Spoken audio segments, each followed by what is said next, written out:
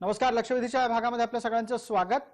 एका बाजूला फेरसंसर्गाची शक्यता बळावत चाललेली असताना दुसऱ्या बाजूला टाळेबंदीच्या बाबतीत मात्र वेगळे निर्णय आणि भूमिका सातत्याने समोर येते. सर्वसामान्य माणसांचा प्रचंड दबाव सर्व सत्ताधाऱ्यांवर आहे की त्यांना कोणत्याही प्रकारे निर्बंधांसह दैनंदिन आयुष्य आता काढायचं नाहीये. पण असं असताना सुद्धा माणसाचं जीवरक्षण करण्याची सत्ताधाऱ्यांची जबाबदारी लक्षात घेऊनही सत्ताधारी मात्र प्रत्यक्षात आत्ताच्या घडीला निर्बंधमुक्त आयुष्याच्या दबावापोटी विविध प्रकारचे निर्णय घेताना दिसतात. ताज्या घडामोडींमध्ये महिलांसाठी मुंबईतला उपनगरीय रेल्वे सेवेचा प्रवास हा विशिष्ट कालावधीत मुक्त करून टाकण्यात आलाय.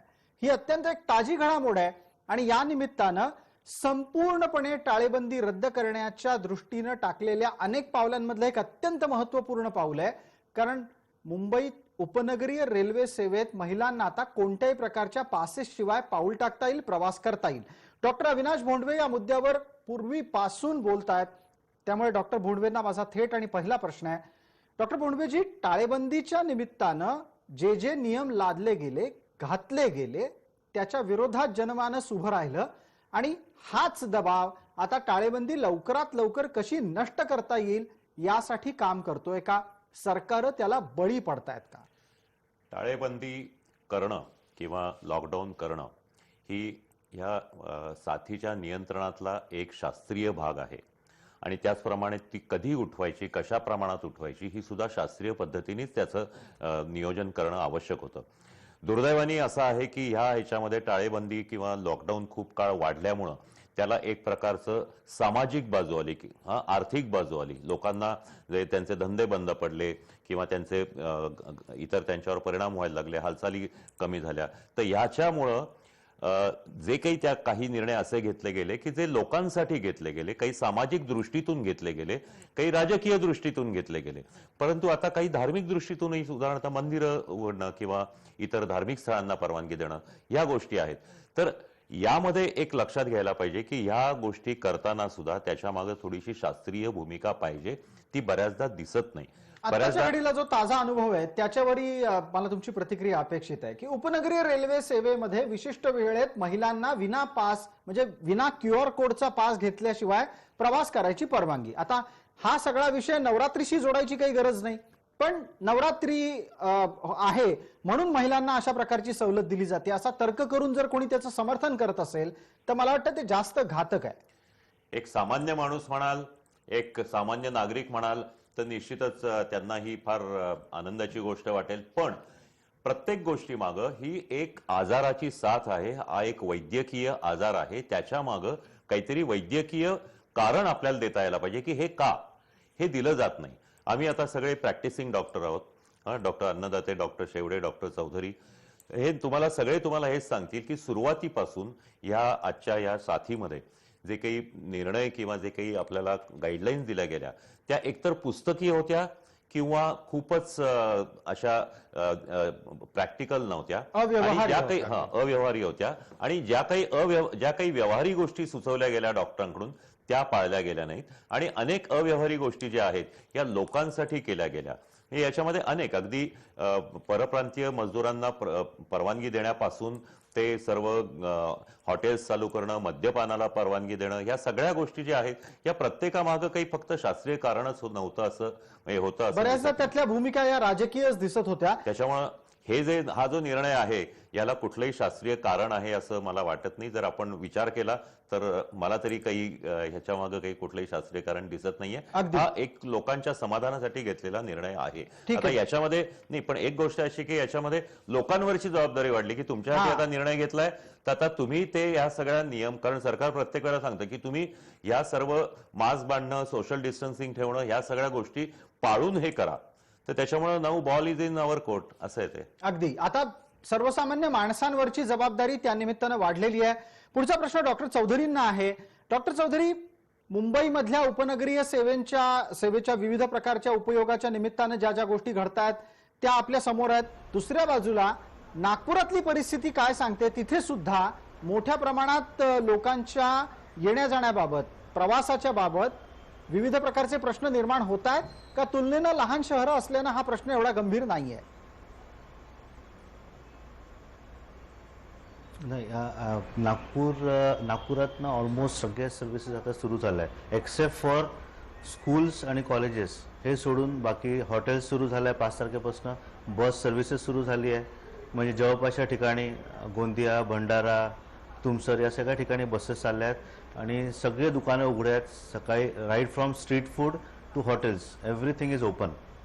अच्छा, म्हणजे थोडक्यात उपराजधानीत कधी कोरोना आला होता अशा प्रकारचा कुठला मुद्दाच आता उरलेला दिसत नाहीये. आता असं वाटत नाही. म्हणजे ज्या प्रकारे लोक सप्टेंबर एंडमध्ये एवढे घाबरत होते आणि एवढे रुग्ण वाढत होते, आता असं वाटतं की आता लोक असे बिहेव करतात की कोरोना इथनं नेहमीसाठी चालला गेलाय. अगदी अगदी अगदी. आणि हे नागपूरकरांच्याकडून एकदा चालला गेला असा उल्लेख झाला म्हणजे ते किती निर्धास्त असतात याचं काही वेगळं आपल्याला उदाहरण द्यायला नको. डोंबिवलीकरांना एकदा विचारून घेऊ. परीक्षित शेवडे, डोंबिवलीकरांची परिस्थिती काय? कारण डोंबिवलीकर जे काल परवापर्यंत शिळफाट्याच्या नावानं ओरडत असतात, तिथल्या ट्रॅफिकच्या नावानं बोटं मोडत असतात, आता त्यांना म्हणजे किमान महिला डोंबिवलीकरांना तरी लोकलनी ये जा करायची परवानगी मिळणार आहे. नशीब आहे ना, नाही तर आम्ही डोंबिवलीकर 6,500 कोटींचे गाजराचे हलवे खातोय फक्त.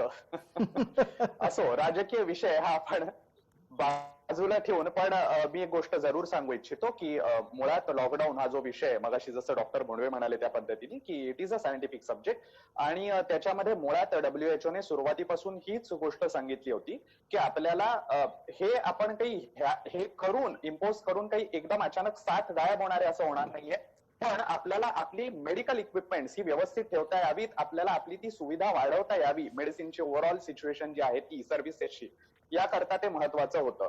अर्थात आमच्यासारखे लोक आधीपासूनही सांगत होते, आजही सांगतोय की ज्या पद्धतीने मध्यंतरीच्या कालावधीमध्ये अतिशय अव्यवहार्य पद्धतीने लॉकडाऊनची काही एक आपल्याकडे संरचना करण्यात आली की अमुक एक तासच दुकानं उघडी ठेवायची, त्यानंतर ती बंद ठेवायची, एका बाजूची उघडी ठेवा, दुसऱ्या बाजूची बंद ठेवा, ह्या गोष्टी खरं म्हणजे व्यवहार्य नव्हत्या. आपण काही दंगलीमुळे इम्पोज केलेल्या लॉकडाऊन बद्दल बोलत नव्हतो.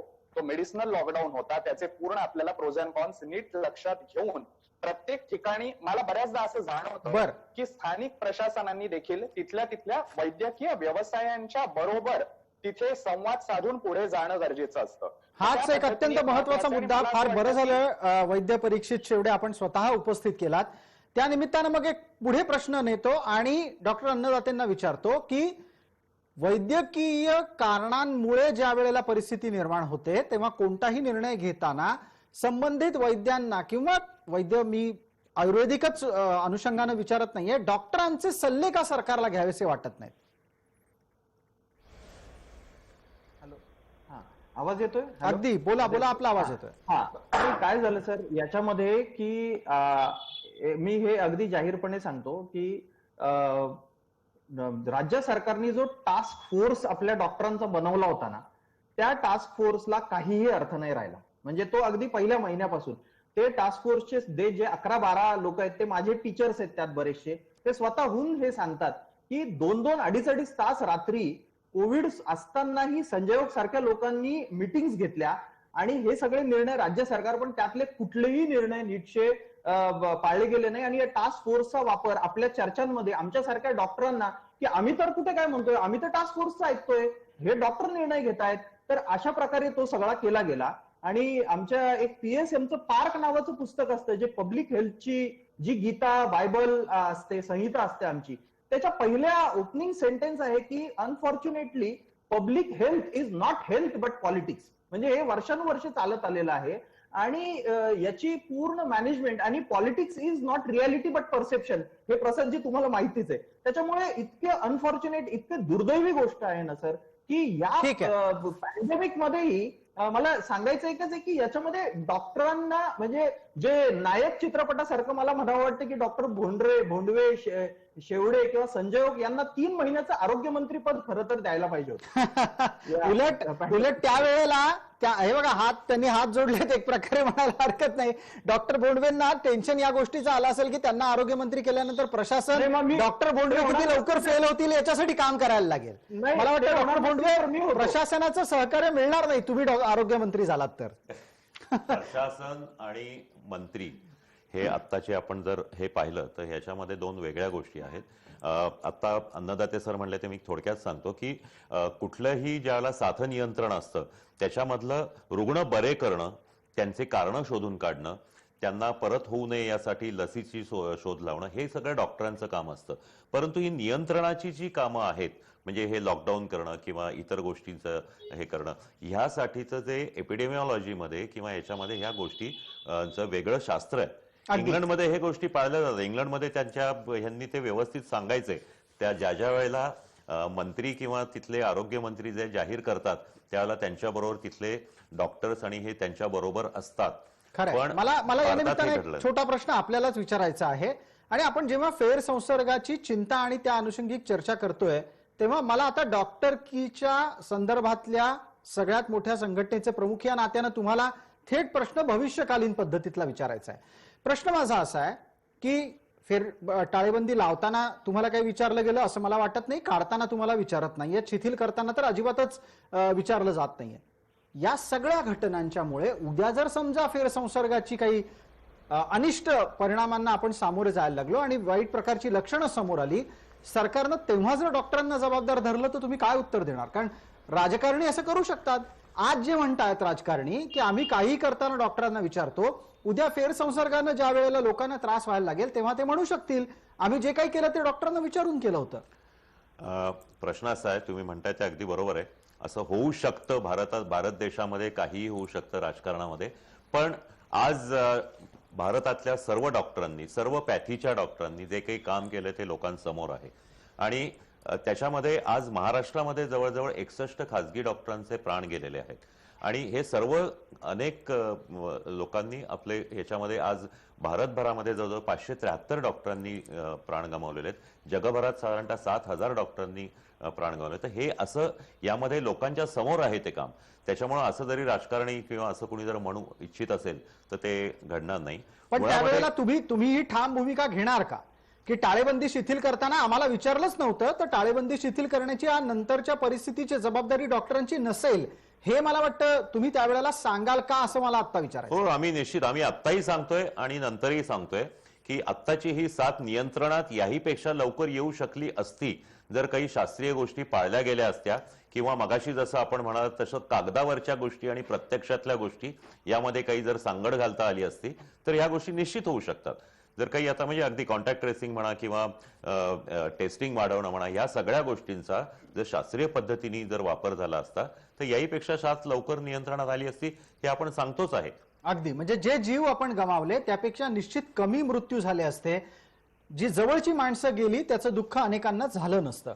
आता शेवटच्या टप्प्यामध्ये आपल्याला चर्चा करायची आहे ती मानसिक बळ देण्याची आणि लशीच्या संदर्भातली. डॉक्टर चौधरींनी थोड्या वेळापूर्वी एक महत्वाचा मुद्दा मांडला, तो असा आहे की विषाणू म्युटेट होतोय, तो आपली संरचना बदलतो आहे. आपली संरचना बदलत असलेल्या या विषाणूच्या साठीची अचूक लस शोधून काढणं सध्या अवघड झालंय. डॉक्टर चौधरी, या स्थितीमध्ये एका बाजूला लस सापडायला वेळ लागतोय, दुसऱ्या बाजूला फेरसंसर्गाची भीती समोर येऊन उभी टाकली आहे. माणसानं करायचं काय?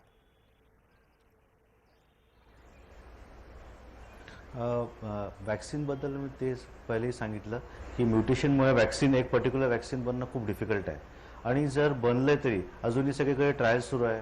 ऑक्सफर्डमध्ये ट्रायल्स सुरू आहे. रशियातलं जे होतं वॅक्सिन ते खूप प्रॉमिसिंग होतं आणि लवकरच येणार होतं, पण अजूनपर्यंत काही लक्षणं दिसत नाही आहे. दुसरा प्रॉब्लेम भारतात हे येणार आहे की एवढ्या मोठ्या पॉप्युलेशनमध्ये लसीकरण सगळ्यांचं करायचं कसं? तर याच्यात आपल्याला मग सिलेक्टिव्हली काही लोकांचं करावं लागेल. लाईक फ्रंटलाईन वर्कर्स, डॉक्टर्स आहेत, पोलीस पर्सनल्स आहे, या लोकांनाच पकडून त्यांना पहिले लसीकरण करणार. पूर्ण पॉप्युलेशनला लसीकरण करणं खूप डिफिकल्ट आहे. आणि म्युटेट होत राहिले तर नेक्स्ट इयर काय करायचं? तर सध्याच्या स्थितीत तरी आपल्याला जे SMS आहे म्हणजे सॅनिटायझेशन, मास्क वापरणे आणि सोशल डिस्टन्सिंग, हे पाहणं गरजेचं आहे. आणि रिइन्फेक्शनचा जो प्रश्न विचारला, रिइन्फेक्शनमध्ये एक सांगू इच्छितो मी की आमच्या इथे जे रुग्ण सुट्टी घेऊन जातात, त्यांचा एकदा पॉझिटिव्ह रिपोर्ट आल्यावर बरेचदा महिनाभर म्हणजे 21 दिवस किंवा महिनाभरपर्यंत पॉझिटिव्ह राहतो. जर एखाद्या रुग्णाला 15 दिवसानंतर फिवर आला तर हे जरुरी नाही की त्याला रिइन्फेक्शनच झालं आहे, त्याला दुसरं कारणं पण राहू शकतात. जसं त्याला युरिनरी ट्रॅक इन्फेक्शन राहू शकतो, डायरिया राहू शकतो. तर एकदम घाबरून जाण्यात काही कारण नाही आहे. तुम्ही तपासणी केली पाहिजे कुठल्या पर्टिक्युलर सिस्टीममध्ये तुम्हाला फिवर येतो आहे. प्रत्येक फिवर कोरोना नाही आहे. तर असे आम्ही अनेक रुग्ण पाहिले आहे की ज्यांना फिवर येतो आफ्टर 15 डेज 20 डेज, पण तो सिंपल आपला डायरियामुळे असतो किंवा मग युरिनरी ट्रॅक इन्फेक्शनमुळे असतो आणि तो ओरल अँटीबायोटिक्सवर किंवा घरी बसून अँटीबायोटिक्स किंवा दुसरे जे मेडिसिन्स आहे त्यांनी ठीक होऊन जातो. ठीक आहे, बरेच कमी लोकांना ऍडमिट व्हायची गरज पडते. ठीक आहे. डॉक्टर परीक्षित शेवडे, लशीच्याच बरोबरचा एक महत्वाचा आधार प्रत्येक रुग्णासाठी किंवा प्रत्येक माणसासाठी असणार आहे तो मानसिकरित्या बळ देण्याचा. बरीच लोक गेल्या अनेक दिवसांपासून ज्या क्षणापासून कोरोनाची भीती वाढत चालली आहे त्या क्षणापासून नैराश्याच्या गर्तेमध्ये अधिकाधिक जात आहेत. दीर्घकाळ एकाच ठिकाणी राहणं, फारसं लोकांच्या संपर्कात न येणं, त्यामुळे सामाजिक प्राणी असलेला मनुष्य हा थोडासा संकुचित होतोय, घाबरतोय. त्यात जर त्याला रोगाची लागण झाली तर तो आणखीनच निराश होतोय. या सगळ्यांच्यासाठी आधार, मानसिक आधार हे प्रतिकारक शक्ती वाढवण्याच्यासाठीचं एक महत्वाचं औषध असू शकतं. अगदी नक्कीच. आणि म्हणून माझ्यासारखे लोक जे वैद्यकीय व्यवसायामध्ये आहेत, गेले 6 महिने आम्ही जवळपास ब्रीदवाक्यच बनवलेले आहे, आमचे रुग्ण असोत काय किंवा सोशल मीडियावर असो काय, की काळजी करू नका, काळजी घ्या. आणि त्यामुळे आपल्याला भीती कसली वाटते, कशातून वाटते, तर ती बहुतांश वेळेला अज्ञानातून असते. ज्या वेळेला आपण योग्य स्ट्रॅटेजीचा अवलंब करू, लोकांना व्यवस्थित त्याची पुरेपूर जाणीव करून देऊ. मला असं वाटतं की आता लोक बऱ्यापैकी मॅच्युअर झालेले आहेत या सगळ्या अनुभवातून. एक बहुतांश टक्का की जो नेमकी काय काळजी घ्यायची या पद्धतीने आता इथून पुढे वाटचाल करेल. See, life goes on. आपल्याला हळूहळू एक एक गोष्टी चालू करून पुढे सरकणं हेच महत्वाचं आहे.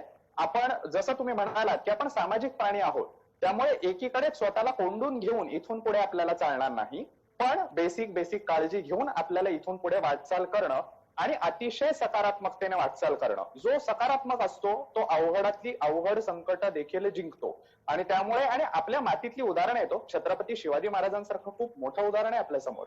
हे सगळे आपल्या समोरचे आदर्श जर समोर ठेवले तर मला असं वाटतं की आपण एक एक संकटही पार करत नक्की त्याच्यातून यशस्वीपणे पुढे जाऊ. अगदी, म्हणजे एका राजकीय घोषणेप्रमाणे आता रडायचं नाही, लढायचंय असं आपल्या सगळ्यांनाच अंगीकारावं लागणार आहे. डॉक्टर अमोल अन्नदाते एक दुसरा मुद्दा उपस्थित करतो आणि तो असा आहे की एका बाजूला रोगप्रतिकारक शक्ती वाढवण्याची गरज, दुसऱ्या बाजूला मानसिक आधार देण्याची गरज आणि तिसऱ्या बाजूला ह्या टाळेबंदी शिथिल करण्याच्या संदर्भातली एक सुसूत्रता अपेक्षित आहे. पण तरीही मुख्य गोष्ट काय होतीये ज्याची चर्चा व्हायला हवी आणि ती खरं तर डॉक्टर म्हणून तुम्हीच काही लोकांचे कान उपटायला हवेत, ते आहे निष्काळजीपणाचं वर्तन. याच्यावर आता काय करायचंय लोकांचं?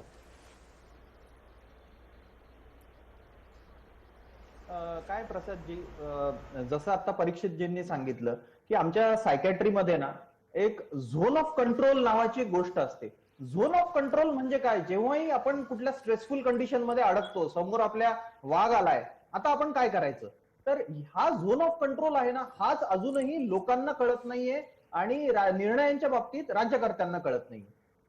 एकीकडे तुम्ही म्हणता की मला भीती वाटते, पण बेसिक स्टेप्स म्हणजे एक सर्वे आम्ही मास्कच्या बाबतीत करतोय ग्रामीण भागामध्ये, आमच्या वैजापूर, गंगापूर अशा तालुक्यांमध्ये. तर त्या सर्वेचा रिझल्ट असा आहे, अजून तो पूर्ण झालेला नाही, पण आतापर्यंत रिझल्ट त्याच्यामध्ये असा आहे की फक्त 38% लोक फक्त मास्क वापरत होते. त्या 38%मधलेही 50% मास्कचे नियम पाळत होते. आजच्या घडीची सगळ्यात मोठी लस काय माहितीये प्रसादजी? मास्क आणि मास्क. ही लसच जर तुम्ही घेत नसाल तर तुम्ही त्या दिवा स्वप्न लसीच्या मागे तुम्ही का लागताय? जे हातात आहे तुम्ही करत नाहीये. आजही आम्हाला म्हणजे सगळे डॉक्टर्स इथे, तर माझ्या हॉस्पिटलला जेव्हा सिटी स्कॅन साठी कोविडचे रुग्ण येतात ना, तेव्हाही कधी कधी त्यांनी उपरणं बांधलेलं असतं आणि ते डॉक्टरांना मिठी मारण्याच्याच तयारीत असतात सांगताना. तर मला हे कळत नाही की इतकी बेसिक जो सेन्स आहे तो आपल्याकडे अजून का नाहीये. तर आपण एकमेकांपासून लांब राहायचंय. ग्रामीण भागात काय असतं की जवळ जाऊन डॉक्टरांशी बोललं किंवा नेत्याला काही सांगायचं असेल निवेदन घेऊन, तर त्यांना कानाजवळ जाऊन बोलावं वाटतं, त्यांना जवळीक दाखवायची असते, वाटत असते. म्हणून तुम्ही बघा की अनेक राजकीय नेते पण कोविड पॉझिटिव्ह होण्याचं ते एक कारण असावं असं मला वाटतं. डॉक्टर दोघांचं बाबतीत तर आपण लांबून छान संवाद साधू शकतो.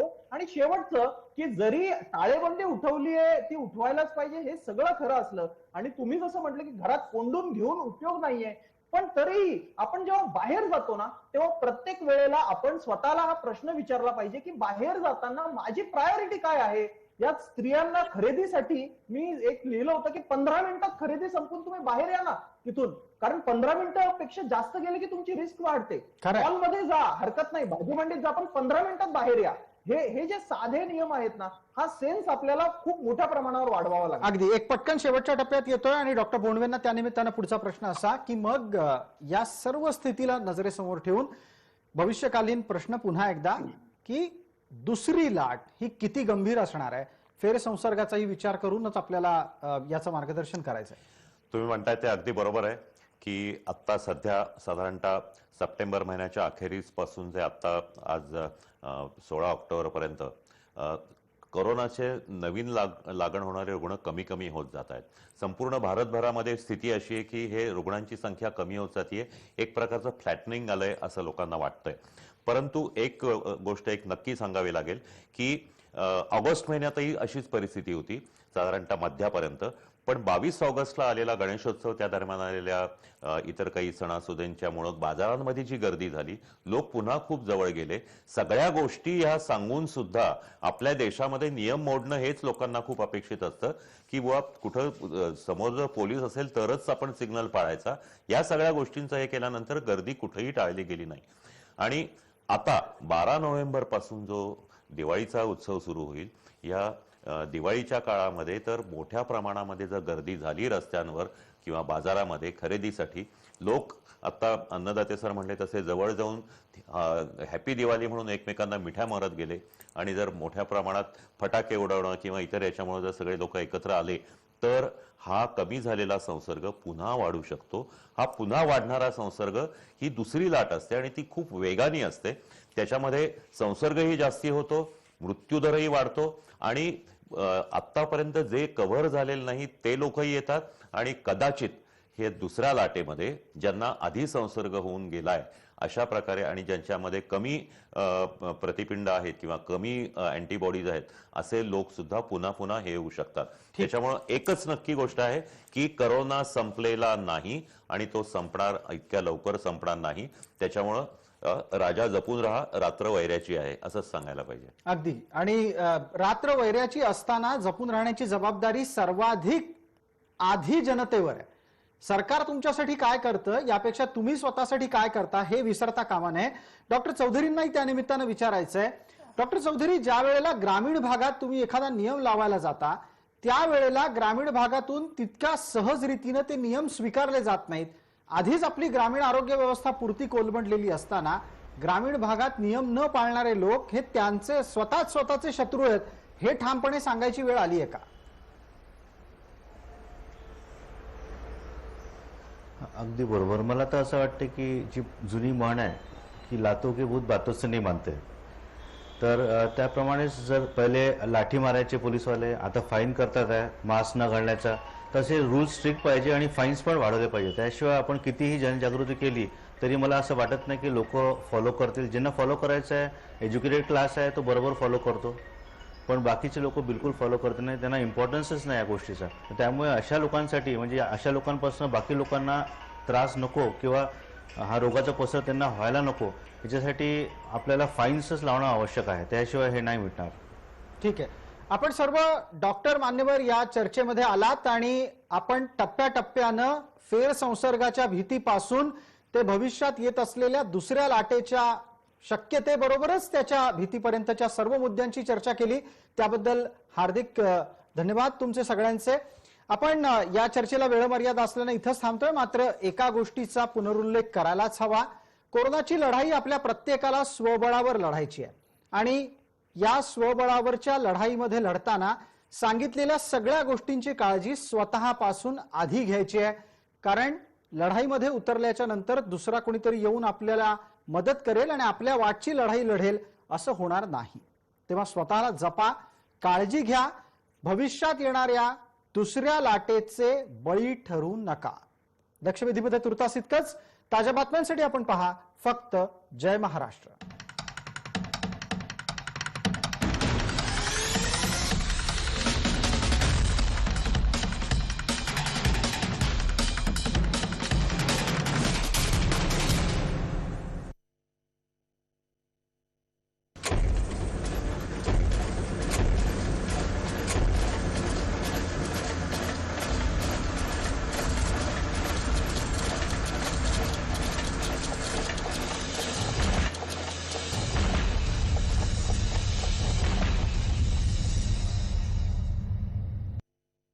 आहे